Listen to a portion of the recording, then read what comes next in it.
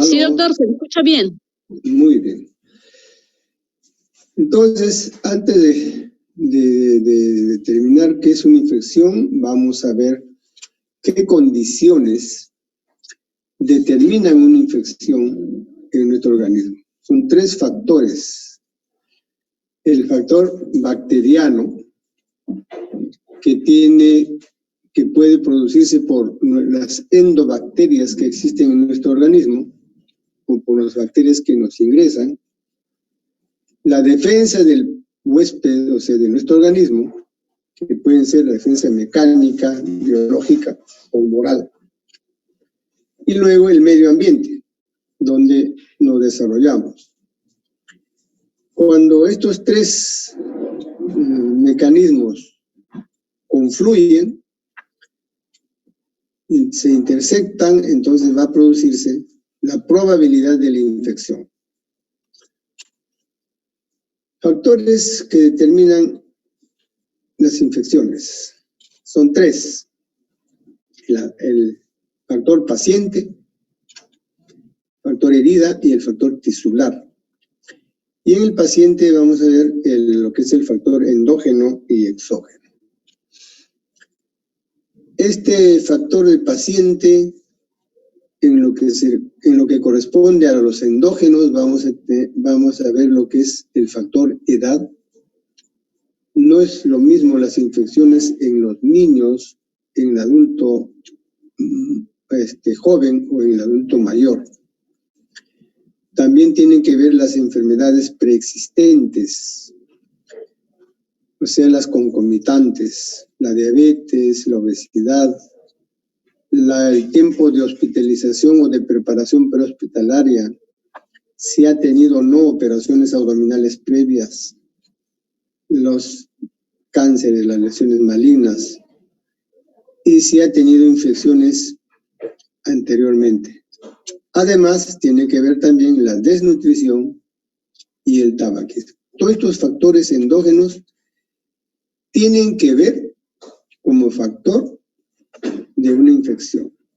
Y lo que corresponde a los exógenos son los que vienen de afuera, son la duración de la operación, las perforaciones, cuando uno está operando, el guante se perfora, a veces no advertimos, y va a ser un condicionante de la infección.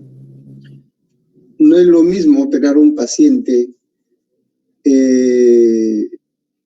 planificado, programado, preparado, donde se ha hecho todo un estudio para minimizar el riesgo, que operar una emergencia o una urgencia.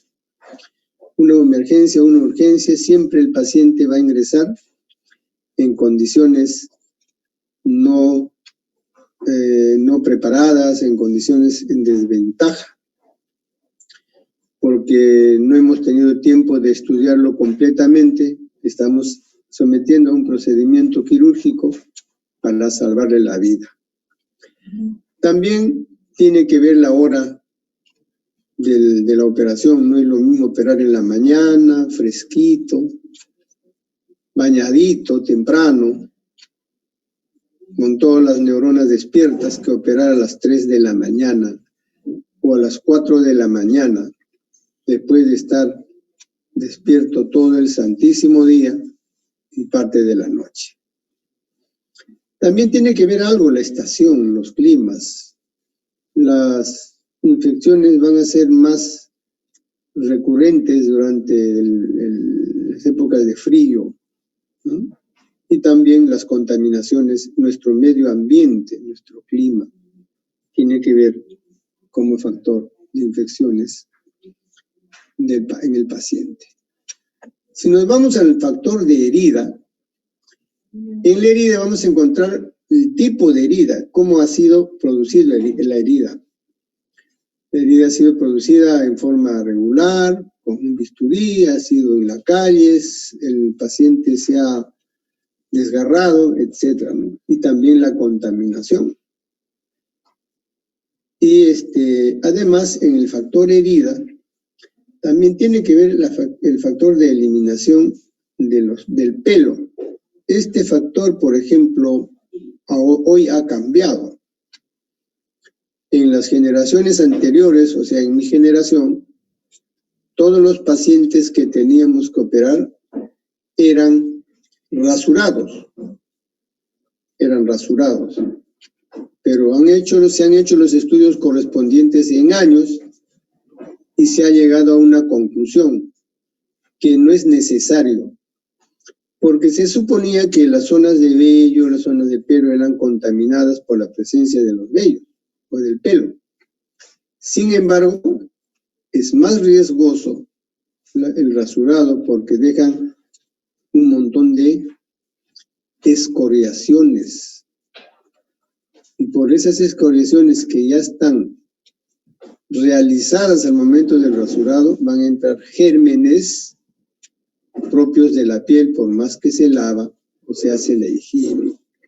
Entonces, tiene que haber, y hoy día pues ya no se rasura. Si ustedes cuando ya vayan al hospital, van a entrar a la sala, van a ver que a ningún paciente se le rasura.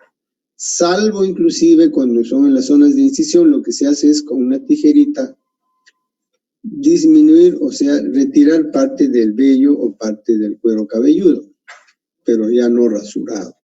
Con una tijera se retira. Por supuesto, el lavado de manos.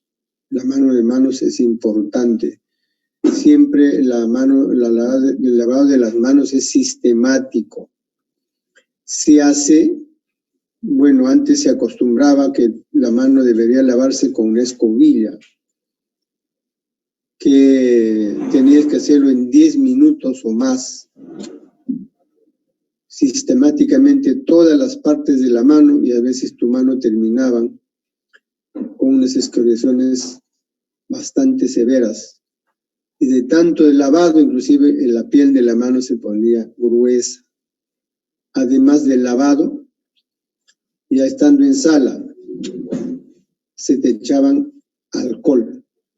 Hoy día, por los estudios, esa costumbre de nosotros ha cambiado, sobre todo por la aparición de antisépticos mejoras. Y estos antisépticos ya nos han ubicado de que tenemos que hacer el lavado en 3 a 5 minutos, también sistemático con estos antisépticos, y es suficiente. Y luego otro factor que incluye en las infecciones son los vendajes, a veces los esparadrapos. A veces el paciente llega con sus esparadrapos y no retiramos, por ejemplo, de la zona donde han sido pegados. Todos esos factores van a intervenir en la incidencia de las infecciones. Y en el factor tisular, claro, por supuesto, tiene que ver 2 factores importantes. El riego, o sea, la irrigación. Cuando se hace hemostasia, tiene que hacerse en forma independiente, individualizar al vaso y no agarrar con toda la grasa para poder fulgurar o para poder ligar, porque estamos quitándole la irrigación. Y también tiene que ver la inmunidad. El paciente que está disminuido inmunológicamente, su riesgo de infección va a aumentar, es mayor que un paciente bien nutrido y está pues con todas sus defensas óptimas. Entonces, hablar de antibióticos pues es un mundo, es un territorio muy grande con discrepancias en diferentes capítulos. Lo que hay que acostumbrarnos es a trabajar con protocolos establecidos. Además de los protocolos que existen, deben haber protocolos individualizados dependiendo de la flora de la institución donde se atienden los pacientes. Pero sí, no hay discrepancia en que los antibióticos tienen efecto en diferentes lugares de la bacteria. Por ejemplo, los que sintetizan la pared celular es todo este grupo. Son los bacteriolíticos, las penicilinas, cefalosporinas, cicloserina, becitracina, etc., todos ellos van a actuar rompiendo la pared celular. La polinixina va a actuar lesionando la membrana celular. Los sulfonamidas, las sulfas en general, va a actuar en el PABA, en el ácido fólico, interviniendo para que no se produzca el ácido fólico, que es nutriente de la bacteria. Y en la duplicación, que el ADN, impidiendo la duplicación del ADN bacteriano, las quinolonas y las nitroimidazoles. Finalmente, van a intervenir en que no se produzca la reproducción en síntesis de proteínas, todos estos antibióticos, que son los aminoglucósidos, los macrólidos, lincomicinas, tetraciclinas, estreptofisinas y las anfenicoles. Estos son antibióticos nuevos que generalmente se están usando. Pero este es el esquema general en los cuales el antibiótico va a intervenir. Entonces, la clasificación de los antibióticos, las penicilinas van a tener acción en los gram positivos, en los cocos gram negativos, también en anaerobios no productores de beta-lactamasa. Las penicilinas antiestafilocócicas, que son todo este grupo, van a actuar en aquellos que tienen resistencia de beta-lactamasa, generalmente contra los estafilococos, estreptococos. Los aminopenicilinas son sensibles a la beta-lactamasa. Y las penicilinas antiseudomonas, que también tenemos un grupo grande en el espectro, que son las pseudomonas, en los aerobios gram negativos, tiene su acción. Seguimos avanzando, las cefalosporinas de primera generación. Hay cefalosporinas de 4 generaciones. Los de la primera generación, generalmente en los gram positivos, estafilococos, estreptococos, Klebsiella. Y los de segunda generación amplían un poco más su espectro, porque inclusive algunos actúan sobre los aerobios, o los anaerobios. Los de tercera generación ya actúan sobre los gram negativos en el grupo de las enterobacterias, la enterobacteria influenzae, la meningitis bacteriana, el neumococo, etc. Y los de la cuarta generación son los resistentes a la beta-lactamasa. Inclusive se pueden usar en las pseudomonas, en las enterobacterias. Todas estas cefalosporinas hay que utilizarlas de acuerdo a qué parte de nuestro organismo está dirigido el antibiótico. Las quinolonas, por supuesto, son de uso bastante amplio. Entonces, estas son bastante conocidas, lamentablemente hoy día, inclusive mal utilizadas por el público, porque el público está con resfrío, va y le dice, dame una ciprofloxacina y se empieza a tomar. Y esto pues en el tiempo nos va a producir y nos está produciendo problemas como produjo con la ampicilina, con la amoxicilina en años anteriores, que tomaban como tomarse un mejoral, y esto condicionó las resistencias. Y de ahí aparece el tema de antibióticos de uso racional. El antibiótico de uso racional, los médicos la practicamos, pero el paciente pues no la practica. Inclusive sabemos ahora que hay pacientes que como hay mucha información en internet, tienen una infección urinaria, va a la farmacia, véndeme un inyectable, ¿no? Cualquiera, y el de la farmacia le expende el antibiótico. La micacina, por ejemplo. no debería ser.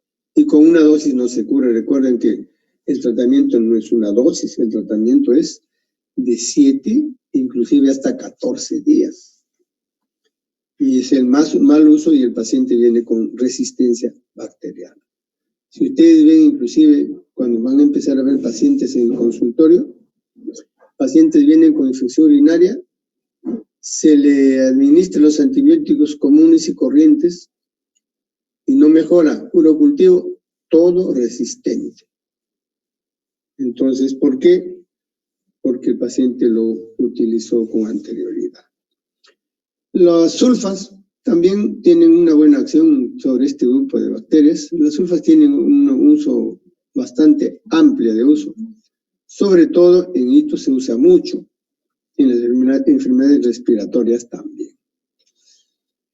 Y este grupo es más bien más dirigido a, no precisamente a las bacterias, solamente a los gram negativos, o más a los protozoas, ¿no? y a los anaerobios. Y vamos a pasar a revisar lo que son las heridas. ¿Qué cosa es una herida? Una herida es una solución de continuidad. Falta una porción de tejido. Puede ser producido por cualquier tipo de agresión, ya sea físico, cortes, punzantes, quemaduras y también traumáticas. Ese es el concepto de herida. Y la herida la vamos a clasificar sobre todo para lo que corresponde a cirugía en 4 grupos. Y es importante que lo recuerden porque va a depender de esto si vamos a hacer tratamiento profiláctico o vamos a hacer tratamiento terapéutico. Las limpias son en este porcentaje. Las contaminadas, más o menos del 5 al 10%, limpia contaminada y las contaminadas en este porcentaje. Y por supuesto las sucias todas. Y de acuerdo a esta clasificación, repito que vamos a tener que utilizar la antibiótico profilaxis o utilizar el tratamiento completo de una herida. Voy a pasar a revisarles cada uno de ellos en forma específica. Limpia. ¿Qué es limpia? Se ha hecho con un bisturí en un lugar aséptico, cuidando todos los mecanismos de bioseguridad. Limpieza del lavado del piel de la paciente, bañado, el cirujano se lava las manos, se pone ropa estéril, se pone los guantes, todo el instrumental está estéril. Esa es la herida limpia. Y en el mismo proceso, heridas realizadas en forma regular, sin dejar detritus, sin dejar porciones de tejido desvascularizado o tejidos necróticos. Y estas heridas en cirugía más o menos corresponde al 75% de todas, en lo que corresponde a cirugía electiva. Porque en cirugía electiva, cuando se ubica que hay una dermatitis con sospecha de infección, no se opera. Se pospone la cirugía, a veces el paciente se molesta, el paciente se incomoda, ¿cómo es posible? He venido ya varias veces, y etcétera, etcétera, ¿no? Por lo tanto, se le explica y entiende. Entonces, debemos evitar cualquier proceso de contaminación. Esta incisión ha sido irregular. No se contamina con ninguna secreción, ni orofaringio, ni respiratorio, menos alimentario, ni orina, ningún cuerpo extraño, absolutamente. Por eso, inclusive, cuando se opera en una herida limpia, se trata de hacer la hemostasia puntual del vaso para que la quemadura que se produce con el electrobisturí no sea grande. A veces ahí adolecemos los cirujanos. Agarran todo un paquete con la grasa y se quema y se queda pues un carbón. Y ese carbón es un cuerpo extraño que la herida limpia se va a contaminar en limpia contaminada. Entonces, esta es una herida limpia. Mira, está en forma regular. Abajo están los campitos, está la gasa, con algo de sangre inclusive, y luego van a suturar. Esa es la herida limpia. La limpia contaminada es cuando una herida ya tiene contaminación de nuestras secreciones normales, de saliva, bronquial, digestivo en cualquiera de los niveles, orina, biliar. Una operación se está realizando y en forma casual perforan la vesícula, la bilis se derrama a la cavidad abdominal y ya esa herida limpia que era antes, ahora se ha convertido en contaminada. Entonces, es posible que incluso esto requiera un antibiótico profilaxis. Entonces, la herida contaminada es una herida limpia con escasa contaminación de nuestras propias secreciones no infectadas. Por ejemplo, una intususcepción. Acá está cianótico, está con proceso inflamatorio, pero el contenido no se ha derramado. Por lo tanto, pero hay un proceso inflamatorio. Entonces se hace la resección distal y nuestra operación va a ser segura. Y si pasamos a la contaminada, ya esto sí, ya hay contacto, la herida ya está expuesto a cuerpo extraño, una fractura, por ejemplo, en la calle, se ha fracturado un accidente de tránsito, hay piedritas, hay tierritas, ¿no? Una apendicitis común y corriente ya es una herida contaminada, porque había pus. Y si hay una infección urinaria y ha contaminado la herida, esa herida ya está contaminada, necesita tratamiento antibiótico terapéutico. Entonces, esas son las diferencias. La limpia, una herida completamente regular y que debe cicatrizar máximo en 10 días. La limpia contaminada necesita mejor manejo. Y la herida contaminada, pues esta fractura, ¿qué hay que hacer? Hay que lavar, hay que hacer su lavado quirúrgico, etcétera, etcétera, varios días para que esto vaya bien. Y si vamos al cuarto, a la infectada, esto ya es la contaminación con una pus franca. La contaminada es una apendicitis. Pero si nos vamos a una peritonitis, ya es una herida sucia, porque es franca pus, ¿no? Y recuerden que los microbios se multiplican pues a una velocidad de n a la x, rapidísimo. Y acá ya hay contacto de la herida con contenido colónico, con abscesos, peritonitis y tejidos grandes desvitalizados. Esa es la diferencia de los 4 tipos de heridas que es importante recordar y manejar en cirugía.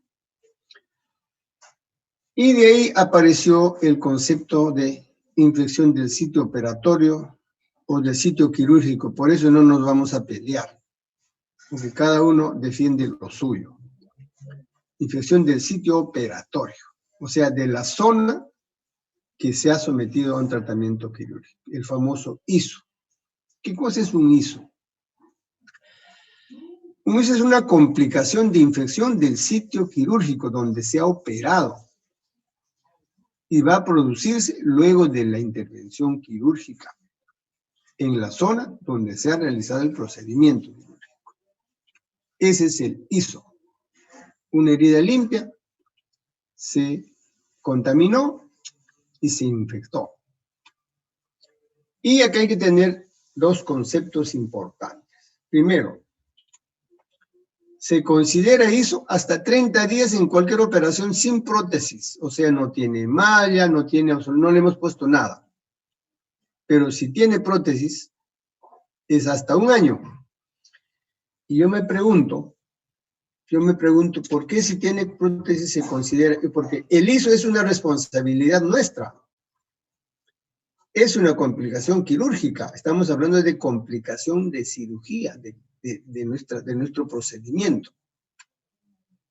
Y repito, y me pregunto, ¿por qué me echan la culpa un año si después de que le hemos dado de alta, el paciente está en 6 meses y normalmente existe bacteriemia en nuestro organismo, aunque nos lavamos los dientes?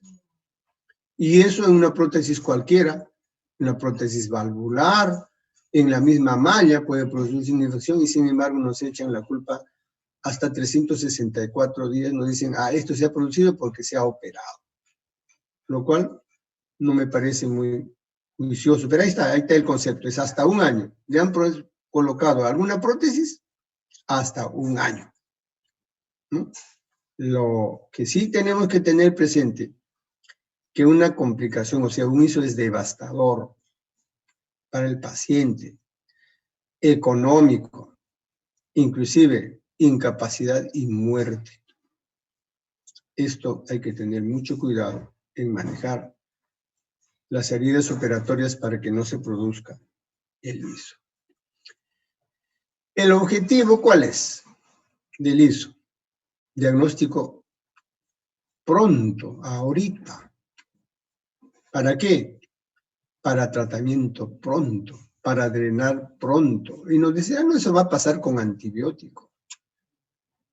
No. Si nosotros hemos hecho una operación electiva y al segundo día está rojito, le quitamos un puntito y lo drenamos. No porque esté con ISO, sino si está rojito, si dice, doctor, me duele, de repente es una colección serosa que se va a convertir en pus. Y con retirar un puntito, lo más que le vamos a producir de repente es una cicatriz un poco ancha en esa zona que le hemos retirado, pero vamos a evitar el famoso ISO que está vigilado epidemiológicamente. En una herida limpia está vigilado. Y ese es un parámetro para que te califiquen aún más en esta época que están dando bonos por no tener ISOs. Inclusive hasta para eso es importante el diagnóstico oportuno, el tratamiento temprano. Y además hay que disminuir pues, nuestra incidencia, ¿no? Disminuir los costos. Cuando se infecta, pues cuesta caro y hay que ir con antibióticos por más tiempo, hay que de repente reoperar, de repente suturar otra vez la herida, o hospitalizaciones largas, más caros, si es una clínica peor, y eso es un parámetro para ver también nuestra calidad de atención en las instituciones. Entonces, esos son los objetivos del ISO. Criterios para definir. Bueno, antes tenía otros nombres, pero en el 92, estos dos organismos se juntaron y dijeron vamos a darle el nombre de infección del sitio operatorio, y de ahí nació el famoso ISO, que hasta ahora algunos no la reconocen como tal y siguen llamándole infección operatoria. Pero esto es lo que actualmente se practica con mayor claridad. Y los ISOs son 3 lugares anatómicos. Eso hay que tener claro. 3 lugares anatómicos. El ISO superficial es de la incisión, solamente cuando la infección está circunscrita a la piel y tejido celular subcutáneo. Ese es el ISO superficial o el ISO incisional. El ISO profundo, no confundan, porque a veces confunden con el ISO órgano-espacio. El ISO profundo es cuando hay compromiso infeccioso de la fascia y del músculo. Ahí termina el profundo. Y el ISO órgano-espacio es cuando el órgano que hemos o en el espacio que hemos sometido al procedimiento quirúrgico, se va a producir una infección purulenta. Por ejemplo, una vesícula limpia, preparada, hace una infección en el lecho operatorio y vamos a reintervenir, ese es el liso espacio. O se ha hecho una anastomosis intestinal y luego ha habido una dehiscencia y ha hecho una peritonitis, ese es el liso órgano espacio. No confundir. Generalmente hay confusión en estas dos terminologías, aún por algunos médicos. Está bien determinado la parte anatómica. Entonces, el tejido, hay características en las cuales uno tiene que decir, este es un liso superficial. Primero la parte anatómica, muy bien. Y encuadrar entre nuestros 30 días. Pero tiene que tener una de estas condiciones. El diagnóstico de infección por el cirujano, con estos signos de flogosis que todos los conocemos. Dolor, rubor, color y tumor, ¿no? Todo esto, entonces signo de flow, y ya determinamos que se hizo. O cuando sale pus evidente, o cuando se hace el cultivo y nos dice si está infectado por una determinada bacteria. Esa es la condición para determinar un liso superficial. Miren acá, este es clínicamente es un liso superficial. ¿Por qué? Porque está con signos de flogosis, está empastado, está rojo y presenta dolor, ¿no? Este es un liso superficial. Pero no se reporta como superficial cuando la infección está en el lugar donde se han hecho las punturas de la aguja.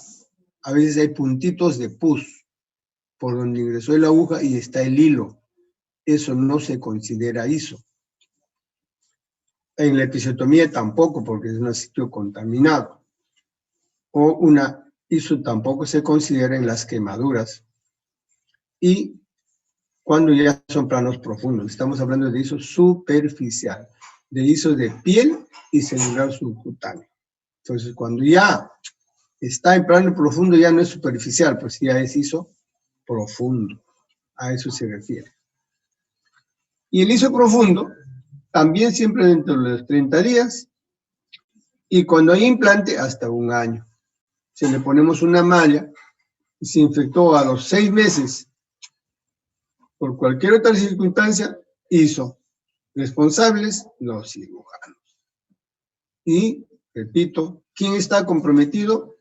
O sea, acá es compromiso, piel, celular subcutáneo, más músculo y sus facies, ¿no? Y para determinar hizo, también las condiciones son similares a la anterior. Diagnóstico por el cirujano, tiene que haber compromiso del músculo de la fascia, o tiene que haber dehiscencia de la herida, como en este caso, mira, ahí están las heridas dehiscentes. Las suturas están lejos, ¿no? Se han soltado, y este es músculo, piel, celular, este es un flaquito, celular subcutáneo, y dehiscencia de herida, y con signos de pus. Entonces, esa es la característica. Sí, tiene que haber inclusive una colección evidente de pus. Estas condiciones tienen que cumplirse. No necesariamente todas. Una, si el cirujano dice es una infección, ya es una infección. No tiene que ser los 4, ni los 3, ni los 2. Si vemos que hay compromiso de músculo, es un ISO. No, acá no hay lo que, no. De 4 tiene que cumplirse 2, no. 1 suficiente. Si el cirujano dice, este es una infección, es un ISO profundo, que lógicamente tendrá que corroborar con el cultivo, pero hay dehiscencia de herida, ya es un ISO. Y la infección del sitio órgano, ya lo que les comentaba, por ejemplo, acá es una peritonitis, ¿no? Miren, siempre es un verde. Órgano, espacio, donde se llevó a cabo la operación. Igual va a tener que tener estas condiciones. 30 días, un año, y cuando compromete cualquier órgano en el cual ha sido sometido a una cirugía. Lo mismo acá, mínimo, una de ellas. No es necesario que sea los 3 ni 2. Uno. Cuando el cirujano dice, este es un ISO, identifica PUS, pues es un ISO. Y el drenaje debe ser purulento, hay que aislar el microorganismo, evidencia de absceso. Todo esto ya se evidencia durante, de repente, las preoperaciones. Estos son los famosos ISOs de superficial, profundo y órgano espacio. Entonces, para el tratamiento necesitamos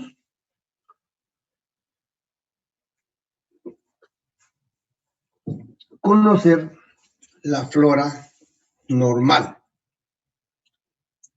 Nuestra flora normal tiene que ser determinado dentro de la institución y dentro de la institución debe ser determinada en cada servicio, lo cual no acostumbramos, porque no es lo mismo la flora normal del servicio de cirugía que de traumatología, que de oncología, que de medicina. Entonces, además de tener una flora normal institucional, debe haber una flora normal de cada servicio. Entonces tenemos los gram negativos. Todo este grupo que supongo que todos ustedes ya conocen. E. coli, Klebsiella, Proteus, enterobacterias. Todos estos son gram negativos. Seguimos y nos vamos a los aerobios obligatorios. O sea, viven en condiciones de oxígeno. Si no, no viven. Seguimos avanzando y tenemos los cocos gram positivos facultativos. ¿Por qué facultativo? Vive ahí un poco pues porque llegaron, están de paso y se aprovecharon de la infección cuando se dieron las condiciones adecuadas para aprovecharse y producir la infección. Y los aerobios, las pseudomonas. Los gram negativos, aerobios. Entonces nos vamos a ver lo que es la profilaxis en cirugía.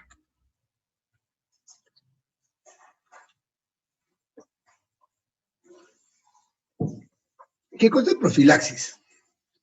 La profilaxis es la administración de fármacos, de antibióticos, para prevenir. No es para tratarla, porque es para prevenir o controlar una posible infección en un procedimiento quirúrgico. Si se determina que esta cirugía de colon tiene riesgo de infectarse porque es colon, hay que hacer antibiótico profilaxis. Si en la fractura de cadera, por ejemplo en los traumatólogos tienen mucho cuidado en esto. Los traumatólogos dicen, bueno, fractura de cadera, el hueso difícil de manejar, puede haber osteomielitis, que es una tragedia, que es catastrófico. Entonces, uso antibiótico durante el acto quirúrgico para prevenir. Entonces, para prevenir. Principios generales. Hay que ver el riesgo-beneficio. ¿Qué es mejor? ¿Utilizar o no utilizar? ¿Es mejor utilizar en el fractura de cadera? Claro que sí. Se puede infectar y que puede haber una potencial infección de hacer un probable ISO. Entonces, esa es la profilaxis antibiótico. Y la profilaxis tiene que ser efectivo con un antibiótico adecuado para el caso de esa flora. Entonces la dosis, hay que seleccionar la dosis. Dosis de una acción prolongada. También cuando hay una gran cantidad de pérdida de sangre hay que usarla. Y si hay que reducir abierta o sin las fracturas abiertas, hay que usarla. Los cirujanos de maxilofacial usan generalmente, la mayoría se usa 24 horas, una sola dosis. Pero los de cirugía de corazón sí usan 48 horas y lo mismo las artroplastías 48 horas o más algunos. Pero la gran mayoría se usa 24 horas como profilaxis, como protección para evitar una infección posible. Entonces el estándar es suficiente 24 horas, pero como repito, es en lo que es corazón abierto, la profilaxis es mayor, y lo mismo en las cirugías de artroplastía de cadera, sobre todo por los traumatólogos. ¿Cómo se selecciona el antibiótico? Por supuesto, repito otra vez, la flora que existe, qué flora hay en este espacio. Si la sensibilidad es la adecuada, de acuerdo también al estudio que tengamos en la hospitalización. Y si se puede administrar en bolo. Normalmente los antibióticos profilácticos se administran en bolo. Y que tengan poco efecto adverso. Que no tenga, o que tenga, o no conozcamos su factor alergizante. Porque si es un alergizante, una penicilina, no la usaríamos. Y que no hay interacción con otras medicinas que está tomando. Por eso al paciente hay que preguntarle qué medicamentos está tomando. Y si algún momento ha sido reportado como que ha sido alérgico a alguno de los antibióticos. Todo eso tiene que estar reportado en la historia clínica. Y generalmente se evita el de amplio espectro o de las asociaciones también. Generalmente los antibióticos son mono. Requisitos para usar. Tiene que tener una buena actividad antibiótica, la dosis adecuada en el momento adecuado. No se puede poner 2-3 horas antes. Máximo 30 minutos antes o en el mismo acto operatorio. La toxicidad debe ser muy bajo, ser efectivo y que no cueste muy caro. Pues hoy día nuestros medicamentos básicos están bastante controlados y van muy bien. No necesitamos los medicamentos de marca que ya un poco ha pasado de moda, porque antes siempre decía que la marca era mejor, lo cual no es cierto ahora. Entonces, generalmente ese es el momento óptimo, 30-60 minutos. En la cesárea cirugía de colon debe ser inmediatamente antes de la incisión de la piel. Aún los traumatólogos exigen que se coloca inmediatamente antes del acto operatorio. Pero más o menos es el rango donde se maneja.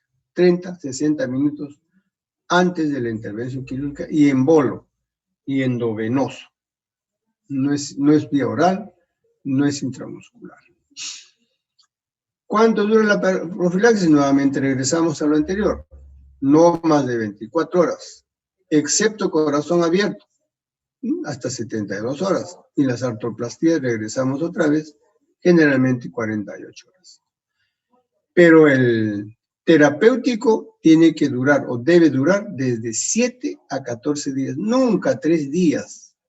Por favor, eso hay que corregir.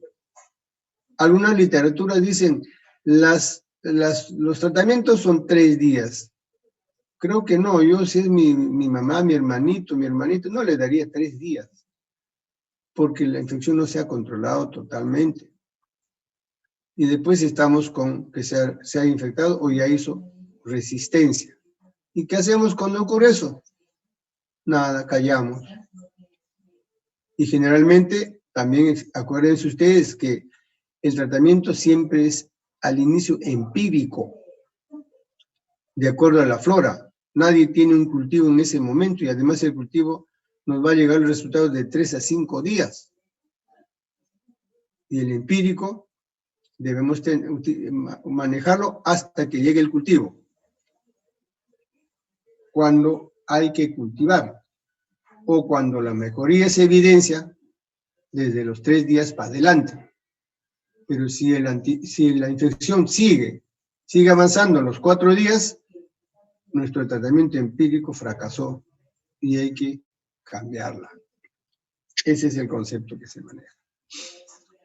Entonces, el uso no está indicado salvo uso de prótesis, mallas, mastectomía, las lipectomías, la vulvopatía, sí, paciente inmune. Ahí está indicado. ¿Para cubrir a quién? Gram positivos aerobios. Ahí están los antibióticos. Las cefalosporinas de primera generación, ciprofloxacina y ampicilina sulbactam. Esos son los que se usan. Y acá tenemos un cuadrito. Estos cuadritos ustedes lo van a encontrar en diferentes formas. No se desesperen. Agarren un cuadro, el que ustedes elijan. Puede ser esto u otra. Porque hay cada gusto de cada autor, lo han esquematizado y nos han presentado diferentes cuadros. Acá, en esta columna, están todas las patologías. En la columna de la izquierda. En el que sigue, los probables patógenos, o sea, la flora. El que le sigue, ¿qué utilizamos? ¿Qué antibiótico vamos a utilizar? ¿O qué procedimiento vamos a realizar? Y luego las alternativas, y si hay alergia a los beta-más, las otras alternativas. Y generalmente, si ustedes ven acá, todos son monodosis. Todos monodosis. Cuando hay un procedimiento gastrointestinal, estos son los bacilos, ¿no? Entonces, ¿qué hay que usar? Cefalotina. Pero cefazolina, a esta dosis. Y si no hay, cefalotina. Y si no hay, y si hay alérgico, clindamicina o gentamicina. En vía biliar, ¿qué vamos a encontrar? Lo mismo de la vía digestiva, porque de ahí subieron. Solo si el riesgo es alto. Lo mismo y lo mismo. Se repite porque son bacterias del mismo grupo. Intestino delgado. Ya aumenta un poquito más. Aquí sí hay anaerobios. ¿No es cierto? Acá hay anaerobios. Por lo tanto, además del intestino grueso y la base de colon, hay que usar otros antibióticos. Si hay alergia o no hay posibilidad de utilizar estos antibióticos, vamos a usar el sustituto, gentamicina, la cefaloxina. En las apendicectomías es más o menos el mismo esquema, no cambia. Y en el traumatismo penetrante de abdomen, también porque es gram negativos, casi los mismos antibióticos. Entonces, este es un esquema, repito, este cuadro lo van a encontrar en diferentes formas, y ustedes adecúense a uno, péguense a uno. Yo quiero utilizar este cuadrito.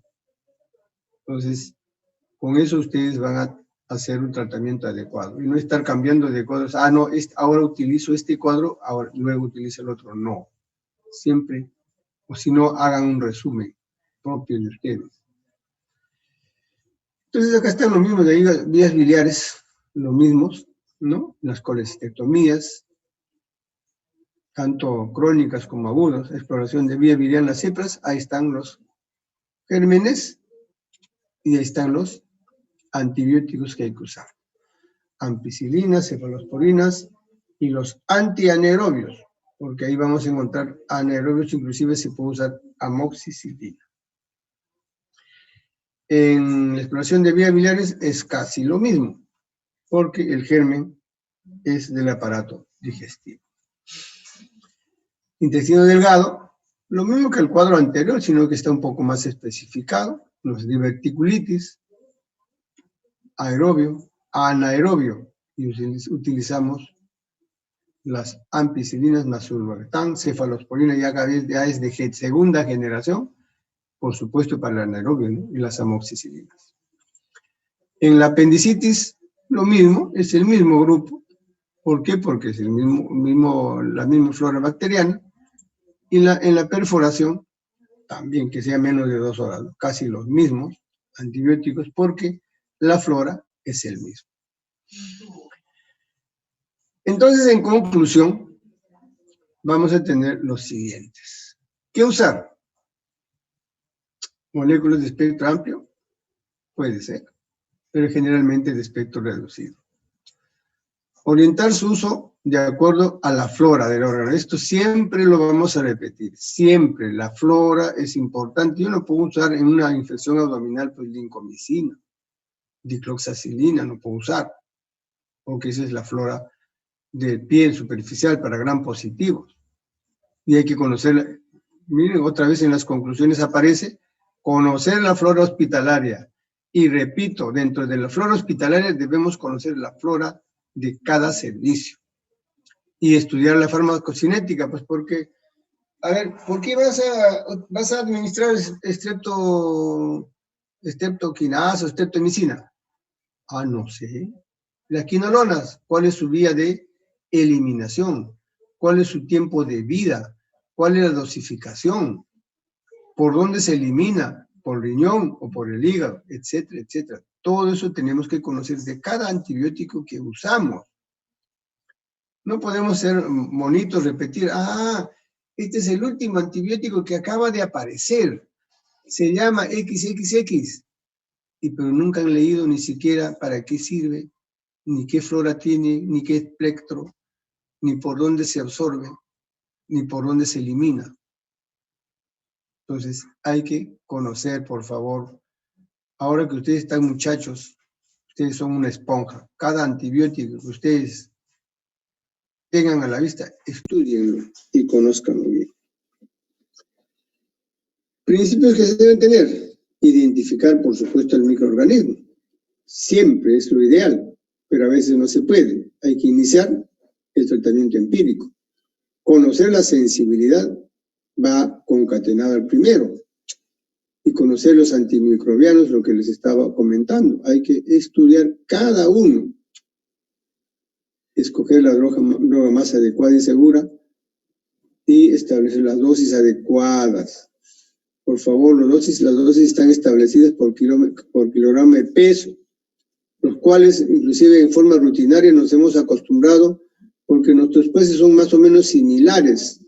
Pero cuando ustedes hagan pediatría o neonatología, van a ver ustedes que ahí sí van a tener que usar por kilo de peso. Pero lo ideal es usar esa, ¿no? Y monoterapia, pues. Monoterapia como profilaxis. ¿Se cambiará el antibiótico? No se debe cambiar porque no me gusta. Si el cirujano le indicó un antibiótico y está dentro del espectro de la flora que manejamos, no debe cambiarse porque esto no me gusta o porque el cirujano no me gusta. Hay que esperar. Para cambiar un antibiótico se debe esperar de 3 a 4 días si no tenemos cultivo. Y recién, si no hay evidencia de mejoría, hay que cambiarla. Pero si no, no. Porque ahí también hay encontrones entre el personal médico. No, este antibiótico no me gusta. Y a mí, ¿qué me importa que no te guste? Lo que nos interesa es que estamos utilizando de acuerdo a los protocolos, de acuerdo al conocimiento. No porque me gusta o no me gusta. Entonces, eso hay que sacar de nuestra idea, de nuestra imaginación, y hay que respetar lo que han indicado los otros colegas. Con eso ahorita.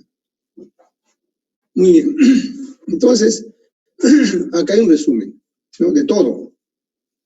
El conocimiento por sí mismo no tiene valor. Yo puedo leer 800 libros y no los sé aplicar. Y digo, tal libro dice, pero ¿y tu práctica? ¿Y tu experiencia? Y como decimos a veces nosotros a los alumnos, ¿y tu cosecha? ¿Qué fue de tu experiencia? Solo adquiere valor cuando hay cambio de actitudes.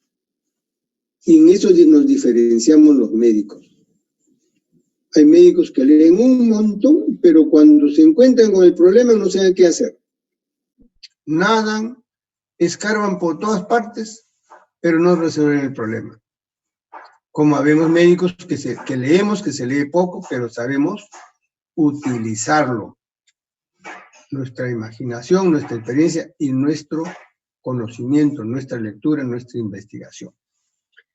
Con esto concluyo la exposición y estoy dispuesto a las preguntas que existan en el grupo.